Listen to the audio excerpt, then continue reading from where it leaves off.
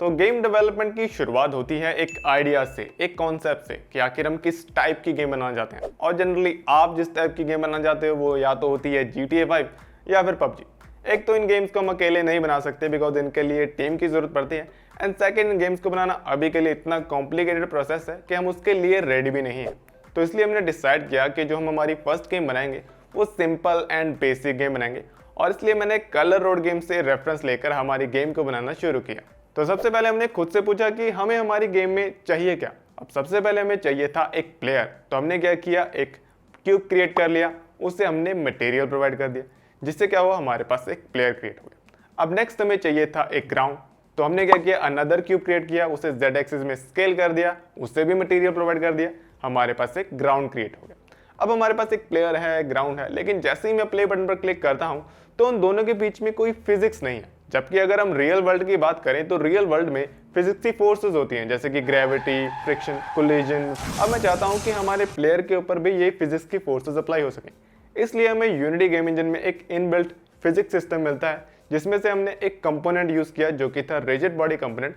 तो उस rigid body component को हमने हमारे प्लेयर को अप्लाई कर दिया, जिससे क्या हुआ, हमारा प्लेयर फिजिक्स की फोर्सेस के अंडर आ गया।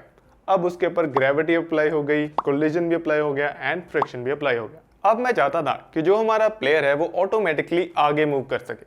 अब हमें क्या करना है, प्लेयर को बिहेवियर प्रोवाइड करना है, और हमें बिहेवियर प्रोवाइड करने के लिए जरूरत पड़ती है गेम प्रोग्रामिंग की। और जैसे कि आप जानते हैं कि यूनिटी गेम इंजन में हम C# लैंग्वेज को यूज करते हैं गेम प्रोग्रामिंग के लिए।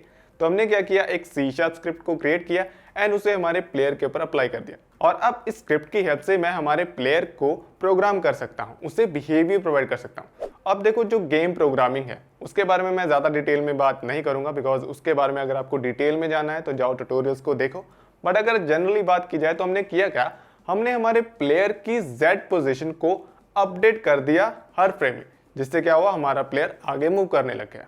तो हमने हमारे प्लेयर को आगे तो मूव करा दिया। अब मैं हमारे प्लेयर को राइट एंड लेफ्ट भी मूव करना चाहता, लेकिन उस मूवमेंट को मैं कंट्रोल करना चाहता था कीबोर्ड से। तो उसके लिए हमें क्या करना पड़ता है, एक इनपुट सिस्टम क्रिएट करना पड़ता है, जो कि सिंपल है। हमारी जो स्क्रिप्ट है उसमें हमें न्यू कोड लिखना पड़ता है, जो कि हमें इनबिल्ट मेथड्स मिल जाते हैं। तो हमने सिंपली क्या किया, प्रोग्राम किया कि अगर मैं राइट की प्रेस करता हूं तो जो हमारा ये प्लेयर है वो एक्स एक्सिस की पॉजिटिव डायरेक्शन में मूव कर जाए, एंड जैसे ही मैं लेफ्ट की प्रेस करता हूं जो हमारा ये क्यूब है वो एक्स एक्सिस की नेगेटिव डायरेक्शन में मूव कर जाए। इससे क्या हुआ, हमारा प्लेयर राइट की प्रेस करने पर राइट को मूव कर गया एंड लेफ्ट की प्रेस करने पर लेफ्ट को मूव कर गया। बट लेकिन यहाँ पर हमारे पास एक प्रॉब्लम आ गई, और वो प्रॉब्लम ये थी कि जो हमारा प्लेयर है वो ग्राउंड से नीचे गिर जाता था, जबकि मैं चाहता हूँ कि हमारा प्लेयर ग्राउंड के ऊपर ही रहे। तो उसके लिए हमने क्या किया, उसके लिए हमने अगेन हमारी जो प्लेयर स्क्रिप्ट है उसमें हमने न्यू प्रोग्राम किया, एक न्यू लॉजिक परफॉर्म किया, जिसमें हमने एक एक्स मैक्सिमम पोजीशन ले ली एंड एक एक्स मिनिमम पोजीशन ले ली, एंड उन पोजीशन के बीच में हमारे प्लेयर को क्लैम्प कर दिया, जिससे कि हमारा प्लेयर उस पोजीशन के नीचे ना जा सके। जिससे क्या हुआ कि जो हमारा प्लेयर है वो ग्राउंड से नीचे नहीं जाता था। तो हमने एक प्रॉब्लम को तो सॉल्व कर दिया, लेकिन उससे नेक्स्ट हमारे पास एक और प्रॉब्लम आ गई, और वो प्रॉब्लम ये थी कि जो हमारा प्लेयर है वो तो आगे मूव कर जाता था, लेकिन जो हमारा कैमरा है वो वहीं पर स्टैंड रहता था। देखो, जो भी हम गेम में देखते हैं वो कैमरा के थ्रू ही देखते हैं, और इसलिए हम चाहते हैं कि जो हमारा कैमरा है वो हमारे प्लेयर के पीछे पीछे मूव करे। तो इसलिए हमने क्या किया, हमारे कैमरा पर एक न्यू स्क्रिप्ट क्रिएट की एंड उसे भी हमने प्रोग्राम कर दिया कि वो हमारे प्लेयर की पोजीशन को फॉलो करे, जिससे क्या हुआ कि जो हमारा कैमरा है वो हमारे प्लेयर के पीछे पीछे मूव करने लग गया। तो ऐसे हमारे पास हमारा प्लेयर रेडी हो गया। लेकिन अब हमें चाहिए थे गेम में बाकी के ऑब्स्टेकल्स। तो उसके लिए हमने क्या किया, एक रेड क्यूब क्रिएट कर लिया, एक ग्रीन क्यूब क्रिएट कर लिया, एक ब्लू क्यूब क्रिएट कर लिया, एंड उसके अलावा 2 और ऑब्स्टेकल्स क्रिएट किए। फिर उन सभी ऑब्स्टेकल्स को हमने एज अ प्रीफैब सेव कर लिया, एंड फिर उनकी हेल्प से हमने एक छोटा सा लेवल क्रिएट किया ताकि हम गेम का गेम प्ले क्रिएट कर सके। अब गेम प्ले क्रिएट करने के लिए हमें हमारे प्लेयर को प्रोग्राम करना था कि जैसे ही वो रेड क्यूब से टकराए तो हम रेड क्यूब को कलेक्ट कर पाएं, लेकिन अगर वो किसी और क्यूब से टकराता है तो जो हमारे प्लेयर की मूवमेंट है वो बंद हो जाए। अब इस प्रोग्रामिंग के लिए सबसे पहले हमने क्या किया, सबसे पहले हमने जो भी हमारे ये ऑब्स्टेकल्स थे, जो भी हमारे क्यूब्स थे, इन सभी को हमने कैटेगरीज में डाल दिया, और उसके लिए हमने यूज किया टैग्स को। हमने रेड क्यूब्स को कलेक्टेबल की कैटेगरी में डाल दिया एंड बाकी के क्यूब्स को हमने ऑब्स्टेकल की कैटेगरी में डाल दिया। एंड उसके बाद हमने कोलिजन को डिटेक्ट करना था प्रोग्रामिंग के जरिए, जिसके लिए हमें इनबिल्ट मेथड मिल जाते हैं, जैसे कि on trigger method and on collision method. तो हमने क्या किया, ऑन ट्रिगर एंटर मेथड को यूज किया एंड कोलिजन को डिटेक्ट किया, एंड उसके बाद हमने टैग्स की हेल्प से रिकॉग्नाइज किया कि जिस क्यूब से हम टकरा रहे हैं वो कलेक्टेबल है, एंड फिर उस क्यूब को हमने डिस्ट्रॉय कर दिया।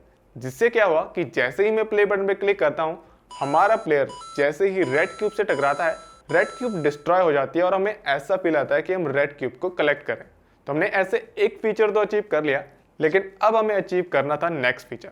नेक्स्ट फीचर ये था कि जैसे ही मैं किसी और क्यूब से टकराता हूँ, वैसे ही जो हमारा प्लेयर है उसकी मूवमेंट बंद हो जाए। उसके लिए हमने ऑन कोलिजन एंटर मेथड को यूज किया ताकि हम कोलिजन को डिटेक्ट कर सकें, एंड उसके बाद हमने टैग्स की हेल्प से रिकॉग्नाइज किया कि हम जिस क्यूब से टकरा रहे हैं वो एक ऑब्स्टेकल है, एंड उसके बाद हमने क्या किया, हमारे प्लेयर की मूवमेंट को डिसेबल कर दिया। कैसे? हमने जो हमारे प्लेयर की प्लेयर स्क्रिप्ट थी उसे हमने डिसेबल कर दिया, जिससे कि क्या हुआ, हमारे प्लेयर की मूवमेंट डिसेबल हो गई। और ऐसे हमने हमारी गेम का बेसिक गेम प्ले क्रिएट किया। तो गेम प्ले क्रिएट करने के बाद हमने हमारी गेम का एक प्रॉपर लेवल क्रिएट किया, जिसमें हमने सिंपली क्या किया, सबसे पहले तो जो हमारा ग्राउंड है उसका साइज इंक्रीज कर दिया, जो भी हमारे क्यूब्स थे उन्हें हमने डुप्लीकेट कर दिया ताकि हम एक प्रॉपर लेवल क्रिएट कर सकें।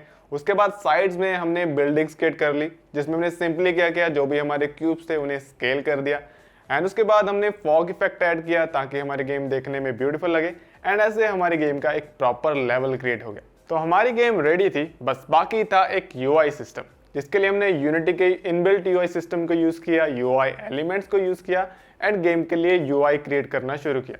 सबसे पहले हमने एक स्कोर टेक्स्ट क्रिएट किया, फिर उस स्कोर टेक्स्ट को हमने अपडेट कर दिया जैसे ही हमारा प्लेयर रेड क्यूब से टकराता था। उसके बाद हमने एक गेम ओवर पैनल क्रिएट किया, उसमें हमने बटन्स क्रिएट किए, उसे भी हमने प्रोग्राम कर दिया कि जैसे ही हमारा प्लेयर किसी और क्यूब से टकराता था, हमारी गेम ओवर होती थी, हमारे पास ये गेम ओवर पैनल शो हो जाता था। उसके बाद हमने एक tap to start text create किया कि जैसे ही हमारी गेम स्टार्ट हो उससे पहले हमारे पास ये टेक्स्ट शो होना चाहिए, एंड उसके बाद हमने इन सभी यूआई एलिमेंट्स को एनिमेट भी कर दिया ताकि जो इनकी मूवमेंट है वो काफ़ी फ्लूइड लगे। और ऐसे हमने हमारी गेम का यूआई सिस्टम क्रिएट कर दिया, एंड ऐसे हमारी गेम फाइनली रेडी हो गई।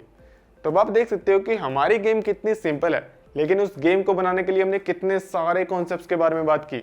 हमने बात की गेम ऑब्जेक्ट्स के बारे में, कंपोनेंट्स के बारे में, रिजिड बॉडी के बारे में, गेम प्रोग्रामिंग के बारे में, गेम प्ले क्रिएशन के बारे में, लेवल क्रिएशन के बारे में, हमने बात की यूआई एलिमेंट्स के बारे में, एनिमेशन के बारे में। और मेरा यही मोटिव था ताकि आपको ये कॉन्सेप्ट्स क्लियर हो सके, बिकॉज आप इन कॉन्सेप्ट से बहुत कुछ कर सकते हो। फॉर एग्जाम्पल, अगर देखो मैं क्यूब की जगह पर एक ह्यूमन मॉडल क्रिएट कर दूं, उसे मैं मूव करा दूं, तो मैं एक टेम्पल रन जैसी गेम बना सकता हूँ। उसकी जगह पर अगर मैं एक कार ले लूँ, उसे मैं मूव करा दूँ, तो मैं कार रेसिंग गेम बना सकता हूँ। यानी कि मैं इन कॉन्सेप्ट्स की हेल्प से बहुत कुछ कर सकता हूँ। और देखो आगे जो मैं ट्यूटोरियल बनाऊंगा उस पर भी मैं कॉन्सेप्ट्स के ऊपर ही फोकस करूंगा, एंड मैं आपको बहुत कुछ सिखाऊंगा। बस आपको करना क्या है, उन सभी कॉन्सेप्ट्स को बहुत अच्छे से सीखना है, बहुत इंटरेस्ट लेकर सीखना है। बिकॉज अगर आपके ये कॉन्सेप्ट्स क्लियर हो गए ना, आपको ये कॉन्सेप्ट समझ में आ गए, तब आपको मुझे ये कमेंट नहीं करना पड़ेगा कि क्या मैं आपकी गेम को प्ले स्टोर पे डाल सकता हूँ। तब आप खुद की गेम बना पाओगे एंड उससे प्ले स्टोर पे डाल पाओगे, एंड वही मेरे लिए सक्सेस होगी। बट अगेन आपका क्वेश्चन वही आता है कि ट्यूटोरियल्स इतने लेट क्यों आते हैं। देखो ट्यूटोरियल्स इसलिए लेट आते हैं बिकॉज गाइस मुझे आपको ये कॉन्सेप्ट्स क्लियर कराने, और इसलिए मुझे इन सभी कॉन्सेप्ट्स को बिल्कुल बेसिक लेवल पर आपको समझाना पड़ता है, इसीलिए टाइम लगता है। देखो जब आपका लेवल अप हो जाएगा, जब आपको चीज़ें फास्ट समझ में आने लग जाएंगी, तब मैं ट्यूटोरियल्स फास्ट बनाने लग जाऊँ।